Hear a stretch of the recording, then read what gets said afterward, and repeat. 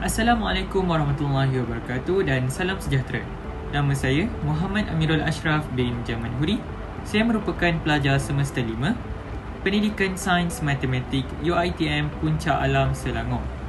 Pada video kali ini, saya akan menerangkan mengenai perubahan genetik HIV atau AIDS terhadap mata.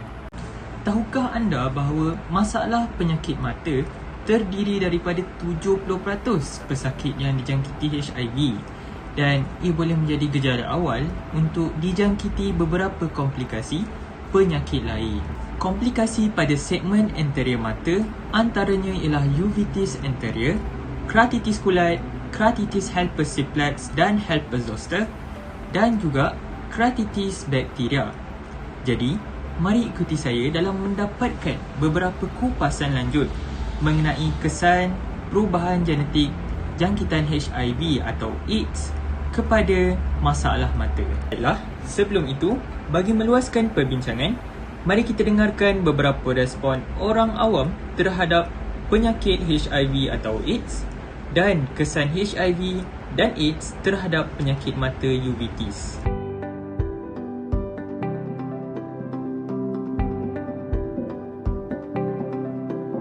Apa yang saya tahu, penyakit HIV ialah satu jenis virus yang boleh menyebabkan sistem pertahanan badan manusia musnah dan boleh mengakibatkan penyakit AIDS yang merupakan peringkat terakhir bagi penyakit HIV.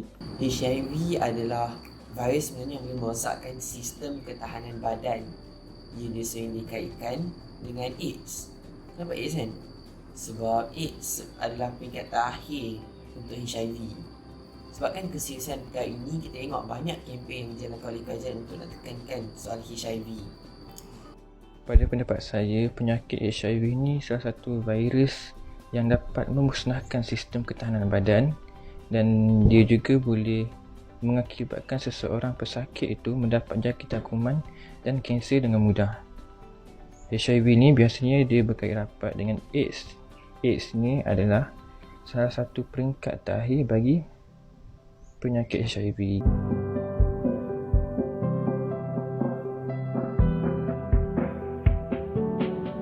Penyakit HIV boleh merebak melalui seks bebas, perkongsian jarum terutamanya antara penagih dadah dan boleh diwarisi daripada ibu dan ayah yang mengidap penyakit HIV. Okey, kenapa benda ni boleh berlaku?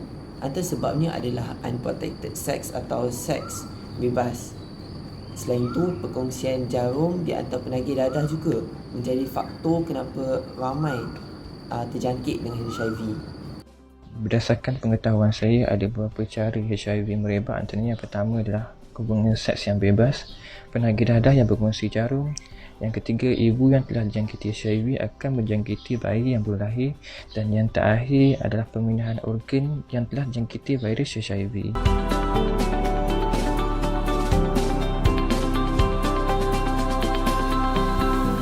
Uveitis ialah satu jenis keradangan pada mata yang disebabkan oleh jangkitan pada sistem imun.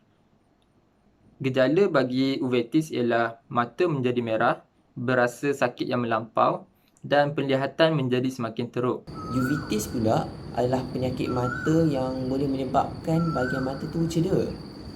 Biasanya seorang yang hinggap uveitis ni, dia akan mengalami mata yang merah dan sakit mata yang melampau. Uveitis ni adalah masalah keradangan dalam bahagian mata yang disebabkan oleh masalah ataupun kecederaan ataupun jangkitan pada sistem imun badan. Dan gejala uveitis ni kita dapat lihat seperti mata yang merah, lepas tu macam rasa sakit yang melampau dan dia juga melibatkan penglihatan yang teruk.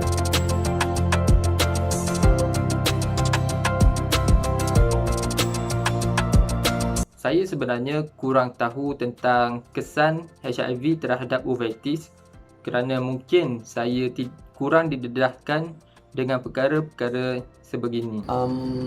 Saya tak pastilah apa perkaitan di antara HIV dan uveitis. Mungkin sebabkan kekurangan pendedahan soal perkara ini. Untuk soalan ni, saya tak mendengar. Baiklah, selepas beberapa siri temu ramah sebentar tadi, kita dapat melihat bahawa mereka di luar sana masih cakna berkenaan dengan HIV dan AIDS dan juga penyakit uveitis pada bahagian mata. Tetapi, mereka kurang pengetahuan atau kurang pendedahan berkenaan dengan jangkitan HIV atau AIDS terhadap penyakit uveitis mata, atau erti kata lain, hubung kait antara penyakit HIV atau AIDS kepada masalah uveitis mata. Penyakit HIV merujuk kepada Human Immunodeficiency Virus. Ia adalah sejenis virus yang memusnahkan sel-sel darah putih dalam badan kita. Atau erti kata lain, sistem imunisasi badan menjadi lemah. Dan ia boleh mengakibatkan kesan yang buruk apabila seseorang itu terdedah kepada jangkitan dan penyakit-penyakit biasa. Manakala, AIDS merupakan sindrom kurang daya tahan melawan penyakit, iaitu AIDS merupakan peringkat akhir atau tahap akhir selepas seseorang itu dijangkiti oleh penyakit HIV. Tetapi, tidak semua orang yang dijangkiti oleh penyakit HIV akan berakhir dengan penyakit AIDS. Buat pengetahuan anda semua, HIV boleh merebak melalui beberapa cara, iaitu melalui hubungan seks tanpa perlindungan. Yang kedua, berkongsi jarum, contohnya pengguna dadah yang berkongsi jarum secara intravena. Yang ketiga, penerimaan transfusi darah yang tercemar dengan penyakit HIV. Dan yang keempat, pemindahan HIV dari seorang ibu terhadap anaknya ketika di dalam kandungan atau ketika penyusuan. Jadi, apakah kesan HIV atau AIDS terhadap penyakit uveitis mata? AIDS atau HIV bertindak melemahkan sistem imunisasi badan dan berpunca dari imun yang rendah, ia boleh meningkatkan risiko jangkitan mata uveitis. Jadi, apakah yang dimaksudkan dengan uveitis ni sebenarnya? Uveitis boleh berlaku sebagai tindak balas imun yang normal untuk melawan jangkitan di dalam mata. Ia boleh berlaku pada satu atau kedua-dua belah mata. Tanda dan gejala uveitis termasuklah kemerahan pada bahagian mata, ketidakselesaan dan kesakitan pada bahagian mata, sensitif terhadap cahaya dan pengurangan penglihatan.